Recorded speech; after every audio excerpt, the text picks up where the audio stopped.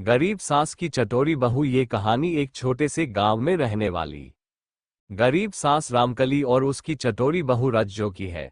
रामकली अपने बेटे और बहू के साथ रहती थी। उनकी आर्थिक स्थिति कमजोर थी, लेकिन बहू रज्जो खाने पीने की बेहद शौकीन थी। हर वक्त उसे चटपटा और स्वादिष्ट खाने की क्रेविंग रहती थी। हालांकि घर में खाने को मुश्किल से 2 रोटियां भी मिलती थीं, फिर भी रज्जो का स्वादिष्ट व्यंजनों का शौक कम नहीं होता था। ये कहानी सास बहू के रिश्ते, मजाकिया घटनाओं और एक प्यारी सीख को दर्शाती है। गांव के एक कोने में रामकली का छोटा सा टूटा फूटा कच्चा घर था। दीवारों की मिट्टी झड़ चुकी थी, छत खपरेल की थी जिससे बरसात में पानी टपकता था। घर के कोने में एक टूटा फूटा चूल्हा था जिस पर जलावन की लकड़ियां रखी थीं। रामकली का बेटा हरिया शहर में मजदूरी करता था। महीने में मुश्किल से 2-2.5 हजार रुपये भेज पाता था, जिससे किसी तरह घर का गुजारा चलता था। घर में कभी कभार दाल सब्जी बन जाती थी, वरना अधिकतर दिनों में सूखी रोटी और चटनी ही खानी पड़ती थी। एक दिन रामकली अपने पुराने फटे घाघरे और चिथड़े से दुपट्टे में चूल्हे के पास बैठी रोटी सेक रही थी। बर्तन में सिर्फ टमाटर और नमक की पतली चटनी थी।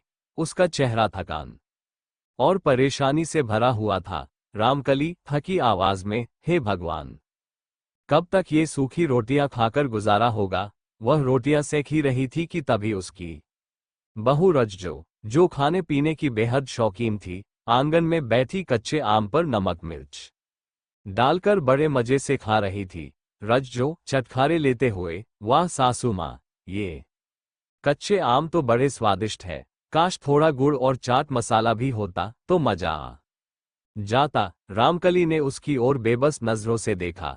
घर में खाने को 2 दाने नहीं और बहू को स्वादिष्ट व्यंजनों की तलब थी। रज्जो को चटपटा खाना इतना पसंद था कि वह बचे हुए खाने को भी मसाले डालकर मजेदार बना लेती थी। एक दिन रामकली ने बड़ी मुश्किल से आधा किलो आलू और 2 प्याज लेकर सब्जी बनाई। मसाले के नाम पर बस हल्दी और नमक था। जैसे ही सब्जी बनी, रज्जू ने चुपके से उसमें हरी मिर्च, सिरका और लाल मिर्च पाउडर डाल दिया, जिससे सब्जी तीखी और स्वादिष्ट हो गई। रामकली हैरानी से, अरे बहू, ये सब्जी इतनी तीखी क्यों हो गई? रज्जो हंसते हुए, सासू माँ, मैंने थोड़ा मिर्च पाउडर और डाल दिया ताकि स्वाद बढ़ जाए। रामकली कुछ नहीं बोली। वह जान गई थी कि उसकी बहू बिना तीखा चटपटा खाए नहीं रह सकती। रज्जो की चटोरी आदत इतनी बढ़ गई थी कि अब वह रात को भी उठकर चोरी छिपे खाने लगी थी। एक रात रामकली गहरी नींद में थी।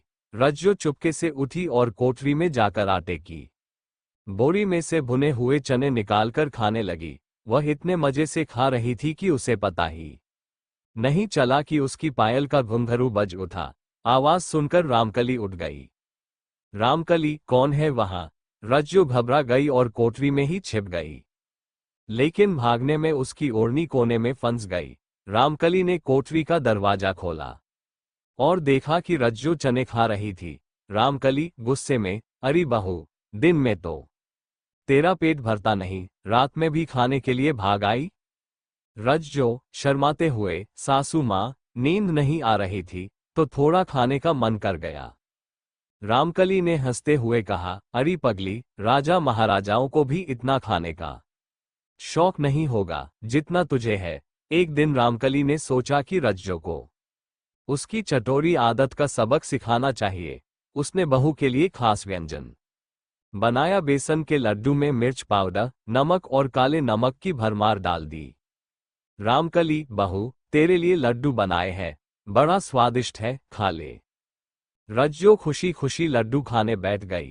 पहला लड्डू खाते ही उसकी आंखों से पानी निकल आया, मुंह जलने लगा। रज्जो पसीने पसीने होते हुए, सासू माँ, ये लड्डू इतने तीखे क्यों हैं? रामकली मुस्कुराते हुए, अरे बहू, तुझे चटपटा खाना पसंद है ना, तो मैंने तेरे स्वाद के हिसाब से लड्डू बनाए हैं। रज्जो को अपनी गलती का एहसास हो गया। उसने सास के पैर छूकर माफी मांगी। रज्जो शर्मिंदा होकर, सासू माँ, माफ कर दीजिए, अब मैं कभी चोरी छिपे खाने की लालच नहीं करूंगी। इस कहानी से हमें ये सीख मिलती है कि लालच और चटोरी आदत कभी कभी इंसान को शर्मिंदा कर देती है। साथ ही रिश्तों में प्यार और समझदारी का होना आवश्यक है। रामकली ने प्यार से रज्जो को उसकी गलती का एहसास करवाया, जिससे उनके रिश्ते में और मिठास आ गई।